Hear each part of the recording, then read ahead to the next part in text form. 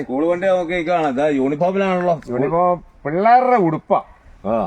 ഇത് കൂട്ട 6 ഉണ്ട്. കരിങ്കുത്ത് പള്ളിക്കുന്ന എന്റെ ഇളയ ഭഗത്തിന്റെയാ. ഒരു 50 ഷർട്ടുണ്ട്, പറഞ്ഞിട്ട് കാര്യമില്ല. കരിങ്കുത്ത യൂണിഫോം അല്ലേ ഇത് ഈ ഉടുപ്പ് മാത്രം, വെള്ളമുണ്ട് വേറെയാ. അത് മനസ്സിലാക്കിക്കൊണ്ടാ ഞാൻ ചോദിച്ചത്. യൂണിഫോം ആന്നേ. പള്ളിക്കൂടം വണ്ടി വരുവാണെങ്കിൽ എനിക്ക് അതിലോട്ട് കയറി ഇരുന്നാലും പള്ളിക്കൂടത്തിൽ പോയിരിക്കാം. അപ്പൊ അതാ ബിനോയിനെ എന്നും ഈ യൂണിഫോമിൽ കാണുന്നത്. അത് തന്നെ. അന്നേരം ഞാൻ പള്ളിക്കൂടത്തിലും പോകും, ഇടയ്ക്ക് റേഷൻ കടയിലും. ഈ വീഡിയോ കാണുന്നവർക്കല്ല ഒരു സംശയം, ഒരു ഉടുപ്പുള്ളൂ, ഒറ്റ ഉടുപ്പേ ഉള്ളൂ. അല്ല, ഒരു 50 ഷർട്ടുണ്ട് എനിക്ക് എന്റെ വീട്ടിലിപ്പോ. ഒരു 50 എണ്ണം അല്ല. പിള്ളേരുടെ യൂണിഫോം എടുത്തിട്ടോണ്ട് പോകുന്നത്. പിന്നെ ഞാൻ കഴുകാനും പുറക്കാനൊക്കെ എളുപ്പമുണ്ട്.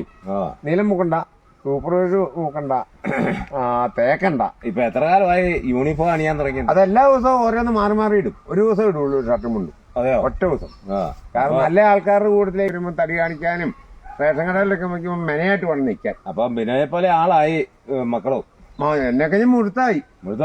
നമ്മളെ എടുത്തോണ്ട് പോക്കോളും. ഇനി നീളം വലിക്കാന്ന് നോക്കിക്കോണം. നീളം വലിക്കൊന്നുമില്ല, എന്റെ പിള്ളേരല്ലേ. ഇനി കെട്ടിച്ചു വിടണം. കെട്ടിച്ച പെണ്ണുങ്ങളാണ്, ആണുങ്ങളല്ലേ? ആണുങ്ങൾ 2 പേരേ ഉള്ളന്നേ.